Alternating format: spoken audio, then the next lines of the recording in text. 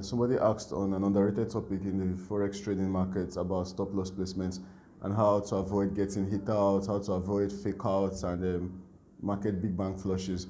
And I give my own point of view on the higher top, higher low, rampant information that everybody has. And somebody says that that's what causes the flusher. But in my trading, I usually enter with about 10 to 20 pips stop loss, sometimes 30. I have like really tight stop loss placements and I end up catching about 200, 300, 150. I hold swing trades and sometimes I can get like 1 is to 11, 1 is to 15. My R to R, risk to reward, 1 is to 7. So it helps when the tiny losses come out during the ranging markets. When I catch large pips like that, it covers most of the tiny losses and this just makes me profitable. So I'm going to be showing you on the charts how I do that for my trading, how I place my stop loss to make sure I don't actually get hit out of trades. Alright, the first thing I'm going to be showing here in the markets is my charts. I'm currently looking at Euro GBP. My trade has moved about 80 pips on this particular trade. I aim to either close the first one at this exact point and hold the next down to this key level. So how to place your trades, place your stop losses in a way that they will not actually get hit. First off, you have to understand something very vital about the market. The market has two kinds. I know you all know about ranging markets and trending markets. But what I want to say is a lot of people understand this but don't really understand how this affects their stop loss. You see, a ranging market, a market such as this, the market that is just moving up and down, that is just messing with traders' P&L balance. These are the kind of markets that wipe out your stop loss. These are the kind of markets that you talk about the fake outs. These are the markets that when you enter your sell order and you put your stop loss, the market goes up to hit you out. Then in trending markets that are going up, these are the kind of markets where you can enter a 10 pip stop loss and the market goes up and never looks back and you hold till your intended TP. So how do you differentiate between these two kinds of markets?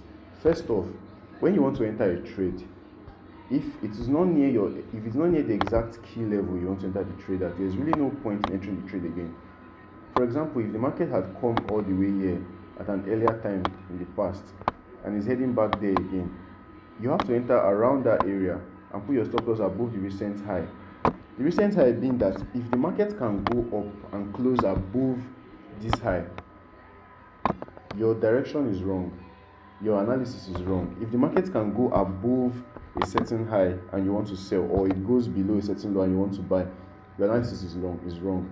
So if you can keep that in your head, you actually have your whole trading stuff figured out, because the first thing you have to understand is price is always supported by institutional buyers and institutional sellers. They have a certain key level where they do not like the price to go less than, and if the price breaks that level and closes below it, that means they've let it fall and they're going to move on. This theory is presently being broken by the dollar yen right now because of the whole issue going on with their currency. But usually when a price level is broken and it closes below it, it shows that that level is no more holding. So that can help you your stop loss placement. Let's do that for you. So looking at this chart, for example, now, if I wanted to buy this currency pair, this is the daily chart for Euro JPY. This is a support area. The price bounced here on 8th of June, went up, came down again. If I wanted to buy here, which I definitely will not buy, but if I wanted to buy here, I would place a buy order there. How would I place my stop loss? My stop loss would be placed below this low. So now I would look at it like the market in previous times hasn't gone below this area. The market hasn't gone beyond this area. That means there's institutional buying supporting this price level, this key level. So when the price reached this level, it was pushed back up. You understand? So all I have to do now is just hope that the institutional buyers are still there to push the price up again. Now, if they aren't there and the price drops below the level and closes below it, then I know that my whole trade analysis is wrong. I can just close the buy order I have and then just move on. But there are some times where if the price goes below this, it forms a long spike, but still closes on this level, you can still buy again. It shows that the price tried to break, it formed a long wick, but buyers pushed it back up, sellers could not win. So the level is still holding. So if you can find these key levels and enter trades like this, you actually will not have problems with your stop loss, because all you have to do is just put the stop loss above a recent level that you know that institutional buying or selling will not let pass. For example, if you wanted to, let's go back in time. TradingView has this feature to go back, so I'm sure you all know that from backtest. So let's say, for example, I wanted to sell at this resistance point on this chart on the 16th of July. I would see that institutional buying supported this area. The last time the price came all the way here, they sold down. They didn't let it pass this area, this key level. So all I have to do is just, if I want to sell, I can put my sell limit order around here, place my stop loss above the wick of the candle, because I saw that institutional selling can't reach there, and then wait. Now if I play the chart and the chart reaches and the price of the commodity reaches that level, I have some certainty that at least it won't. Okay, actually they didn't even let it reach the wick. So I've placed my sell order here and place my stop loss above the wick. So you see, and then just watch the markets go all the way up and dance around and go down, but I know it's not reach that level. But if the price ever goes up above that level, that means my analysis is wrong. The market is not doing what I thought it was going to do. It's actually going to head up. So what I look for is, once the market breaks a level, hits my stop loss and closes above it, I know that okay, it's no more selling. Nobody supported the price. There was no person holding the price back. So it's time to buy. It's the same technique I use for buying, the same technique I use for selling. So this is something you can use for your stop loss placement and how to avoid fake outs. So another thing I noticed is that fake outs usually happen during the trend, in the middle of the trend.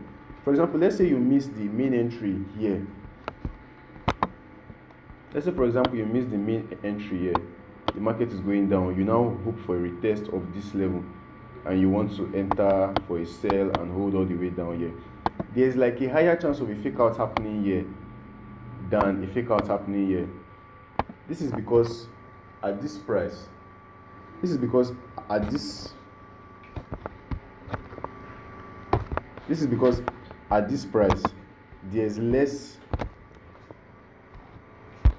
because at this price, there's a lot of support for the price going down. There's a lot of selling pushing the price down. Institutional selling is selling the price all the way down. But from here, there might not be enough volume to protect you for a fake out. If you enter your sell order around here, there's a very high chance that somebody can just put in like $1 billion worth of order for the euro or something, and it just spike the price up enough to hit you out, probably even retest this resistance, then fall down and go in your intended direction. So you have to notice that there are actually levels where you can predict the fake out happening to wipe people out that are trying to predict the retracement. If you're trying to predict retracements, you're trying to predict all these Fibonacci levels and stuff, apart from the valid levels that you can, that are very obvious, just be sure that there'll be fake outs.